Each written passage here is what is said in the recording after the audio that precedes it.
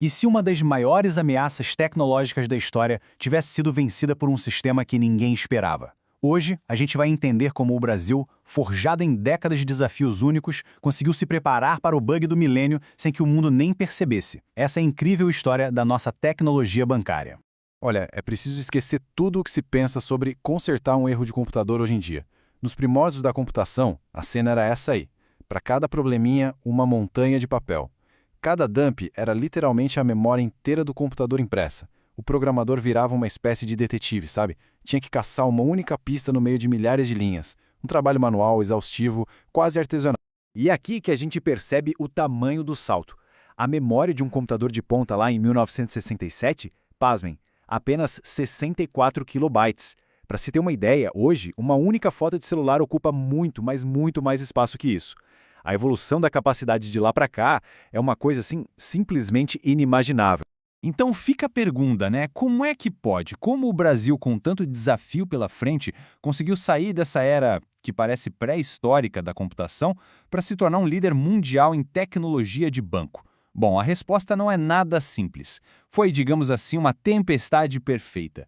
Um monte de pressão, uma atrás da outra, que forçou o país a evoluir, meio que na marra. E tudo isso começa aqui, com a chegada dos primeiros gigantes. E não estou falando de empresas, estou falando de máquinas. Lá nos anos 60, os mainframes eram verdadeiros monstros de aço, ocupavam salas inteiras e foram eles que deram o pontapé inicial para toda a revolução bancária aqui no Brasil. Quem saiu na frente foi o Bradesco, com o IBM 1401. E a memória dele? Segura essa, incríveis, 8 kilobytes. Naquela época, a gente nem falava byte, o termo era posição de memória. E vale lembrar, qualquer errinho de programação significava imprimir tudo de novo, aquela montanha de papel.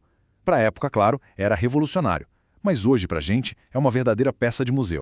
E aí, em pouquíssimos anos, vem um salto gigantesco.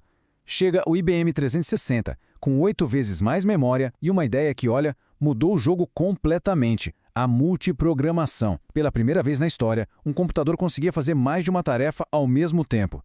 Isso não foi só uma melhoria, não. Foi uma virada de chave, uma mudança total de paradigma que abriu as portas para o futuro. Mas, veja bem, não foi só o avanço da tecnologia que impulsionou essa história toda.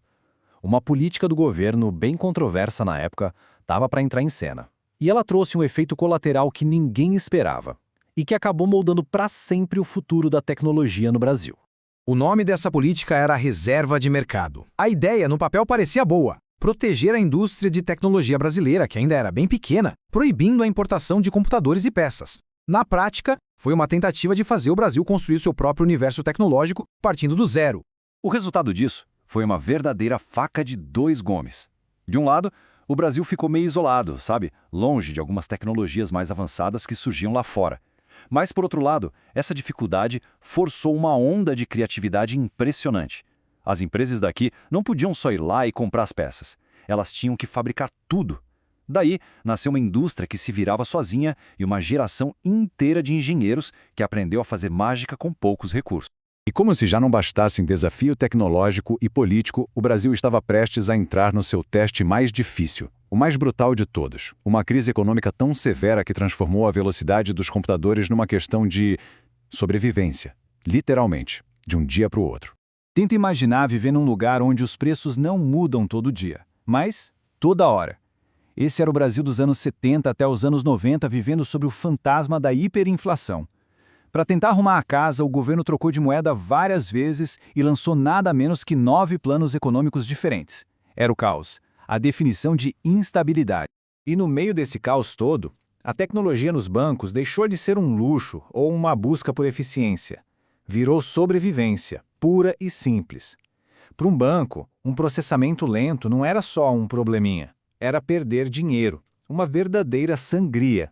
Essa hiperinflação criou uma obsessão por velocidade por 2 motivos principais. Primeiro, para evitar que o dinheiro perdesse o valor, virasse pó, entre a hora do depósito e a hora que ele caía na conta.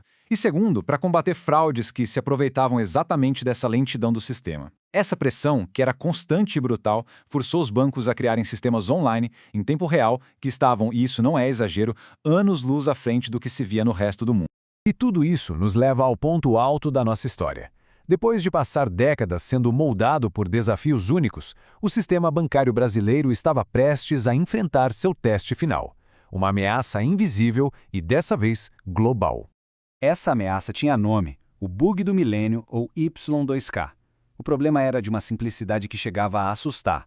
Por décadas, os programadores só usavam 2 dígitos para o ano, tipo 98, 99.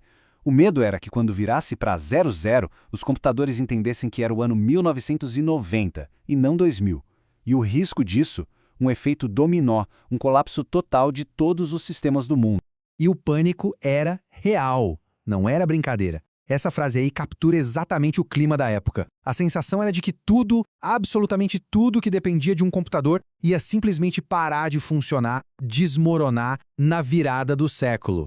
Enquanto o mundo se preocupava, aqui no Brasil, os bancos que já eram, vamos dizer, veteranos em lidar com crises, começaram uma operação gigantesca nos bastidores.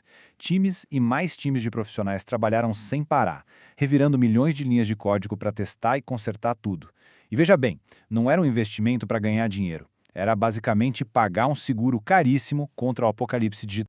Então, chega a noite do dia 31 de dezembro de 1999. O mundo inteiro prende a respiração. E quando o relógio bate meia-noite, nada, absolutamente nada acontece. Os sistemas continuam funcionando perfeitamente. E esse nada não foi sorte de jeito nenhum. Foi o resultado de anos e anos de preparação. O silêncio dos computadores naquela noite foi o barulho do sucesso. Ok, depois de passar por tudo isso, o que fica? Qual é a grande lição? O que essa jornada toda, de crise atrás de crise e de muita superação, deixou de verdade como legado para a gente? Bom, o resultado é que o nosso sistema bancário, que nasceu em condições tão difíceis, acabou se tornando um dos mais fortes, mais eficientes e mais inovadores do mundo. Hoje, ele serve de modelo para muitos outros países.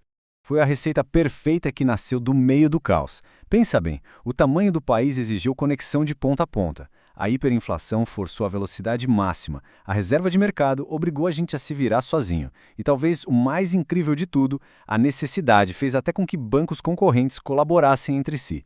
Juntos, esses fatores construíram a base de todo esse sucesso. E tudo isso leva a uma reflexão final, né? A história da tecnologia bancária brasileira mostra que muitas vezes as maiores inovações nascem justamente das maiores dificuldades. E isso faz a gente pensar, quais os desafios que a gente enfrenta hoje, aqueles que parecem impossíveis de resolver, estão na verdade preparando o caminho para as próximas grandes revoluções do futuro?